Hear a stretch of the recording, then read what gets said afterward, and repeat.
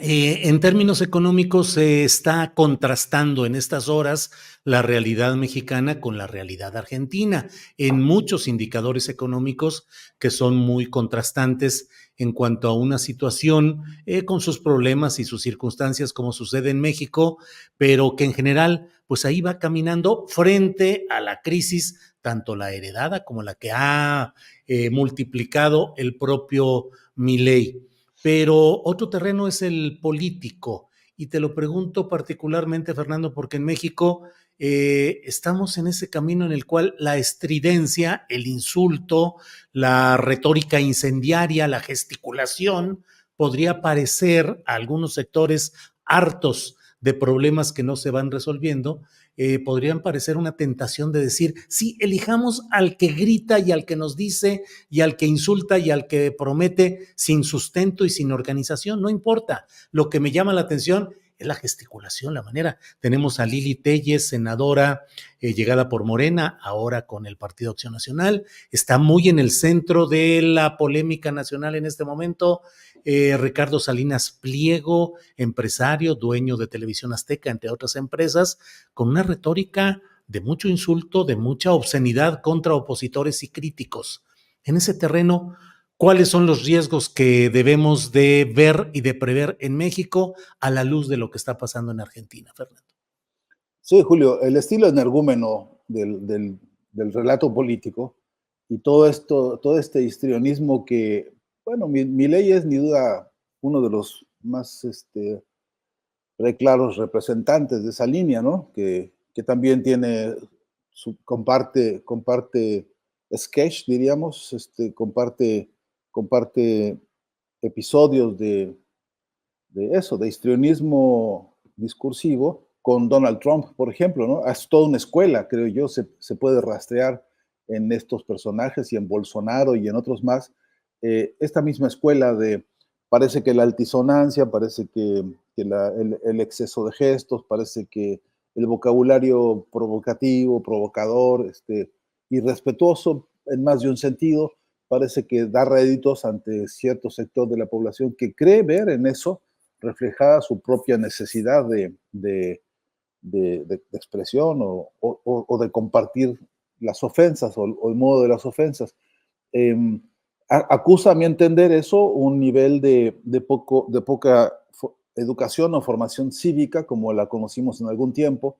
Implica el recurso fácil porque entendamos que el insulto es una síntesis no siempre inteligente ni interesante de la oposición, de la crítica. A veces el insulto lo que hace es eclipsar realmente, obturar realmente el argumento. Y de hecho, muchas veces lo sustituye, lo reemplaza y no pocas veces lo anula. Estoy convencido de que tenemos que estar advertidos de que detrás de este sistema o este estilo del insulto como estrategia hay una emboscada de engaños, hay una terquedad de eso, de obturar el razonamiento profundo.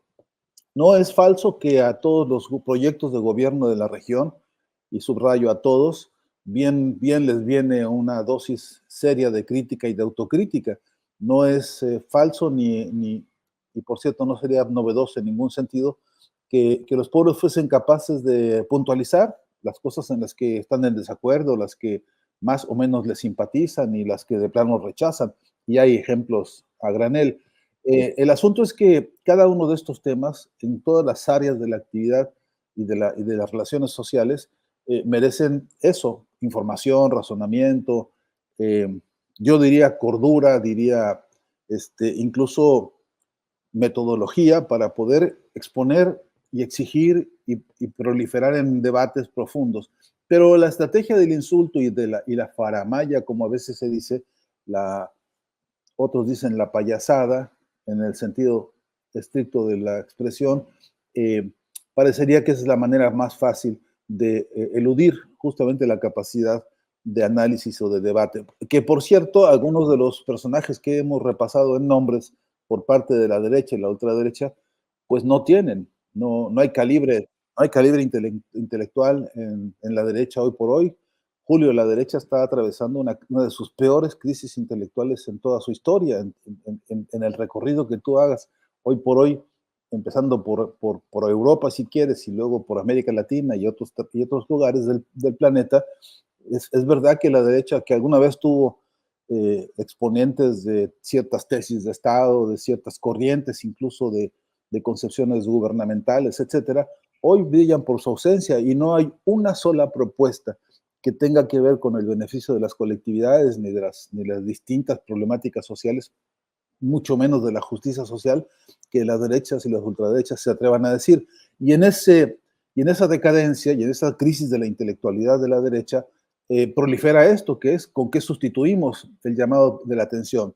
Y un ingrediente que no puede omitirse es que todos necesitan pantallas televisivas, que todos necesitan llenar esto que se llama las redes sociales con algún tipo de escándalo, con algún tipo de ruido que sobresalga, que eleve pues el nivel de la atención por encima de la magnitud de los mensajes y de la información que hoy prolifera, y a veces creen que lo logran pues con estos ingredientes, como el de insultar, como el de provocar, como el de generar.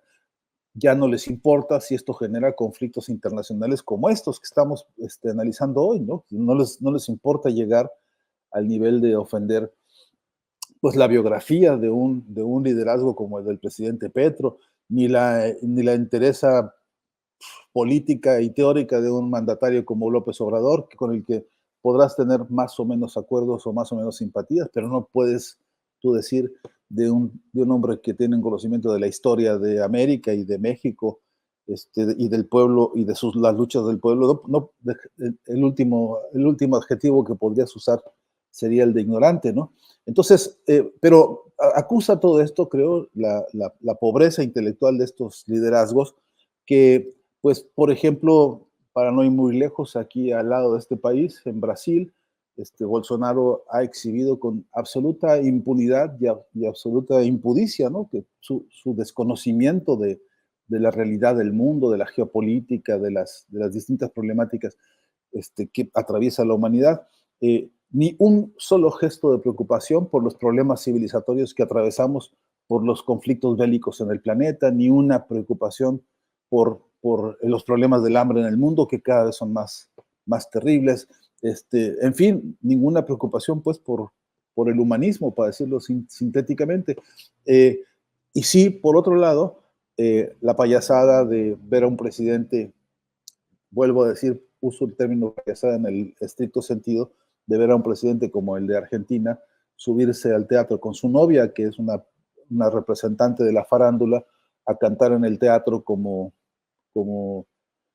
si fuese él parte de la troupe, ¿no? de la compañía de la farándula. Todo esto, provocación tras provocación, significa la consolidación de ellos llaman estilo de gobierno, ellos le llaman estilo de gestión presidencial. Yo creo que es un ejemplo claro de antipolítica convertida, naturalizada, bajo el pretexto de que esto es lo que el pueblo eligió. Y por cierto, a ese respecto, como un paréntesis, hay que decir que cada día, y no es el pueblo argentino, no se trata del pueblo argentino el que suscribe estas conductas, es un sector del electorado que fue el que decidió esta victoria electoral, pues, pero aún en ese sector, hoy el desencanto y la retracción es realmente llamativa. Hay un movimiento ya de arrepentidos del voto de Milei que están pagando las consecuencias con lo que tú dijiste, Julio, en la economía y en la política, que no se parece a lo que este país alguna vez quiso ser a nivel del concierto internacional. Fernando, pues como siempre, muy agradecidos de contar con tu análisis, el contexto, la opinión sobre lo que está sucediendo en estos temas. A reserva de lo que desees agregar, como siempre, darte las gracias, Fernando. Sí, solo decir, para no parecer así excesivamente pulcro en mi análisis intelectual, a mí también me dan ganas a veces de pronunciar algún tipo de adjetivación como estas que sabemos usar en México, ¿no? Pero, y también hay que decirlo porque hay que saberlo, no, realmente casi nunca me conduce a buen final, pero además porque sabes que también es cierto, uno corre peligros a esta hora en esas circunstancias, porque siendo mexicano aquí y ahora, Más de una vez está uno escuchando algún tipo de amenazas y ¿no? De acosos y de incomodidades, porque eso es lo que propicia esta clase de actitud, ¿no? De un mandatario que lejos de estar solidificando la fraternidad de los pueblos, siembra esta clase de malestares que a veces en manos de sus grupos de derecha se vuelven de cuidado. Así que quería hacer esa advertencia final porque es verdad que cada día se torna más difícil, ¿no? Sí, Fernando, a pesar de que el tiempo ya se consume en este programa muy rápido y más con una intervención como la tuya tan interesante, yo estaba ya, dije, no, mejor lo dejo para otra ocasión, pero con lo que dices no puedo evitar preguntarte, ¿qué tanto lo que está haciendo Javier Milei con sus exabruptos provocaciones está al servicio de tratar de sembrar una mayor descomposición y acelerar conflictos en Latinoamérica, en todos los lugares que le sea posible, en consonancia con los intereses de Estados Unidos y de Israel, con los que está plenamente alineado el propio Milei? Pues en síntesis, por el tiempo te diré que ya lo dijiste, no, no, yo creo que para eso está, para eso lo pusieron. Yo creo que parte de su cometido, de sus instrucciones, del mandato que lo antecede, es justamente eso. Hay que entrar a romper todo lo que se ha podido construir fraternalmente en la región y hay que ver la manera de desarticular los vínculos regionales para darle pie a los intereses justamente de Israel y de Estados Unidos, que no es que estemos sacando aquí una novedad al aire, Claro, es justamente una declaración de principios del propio Javier Milei. así es, así es. Fernando, pues muchas gracias y seguimos en contacto. Gracias por esta ocasión. Un gran abrazo siempre, Julio.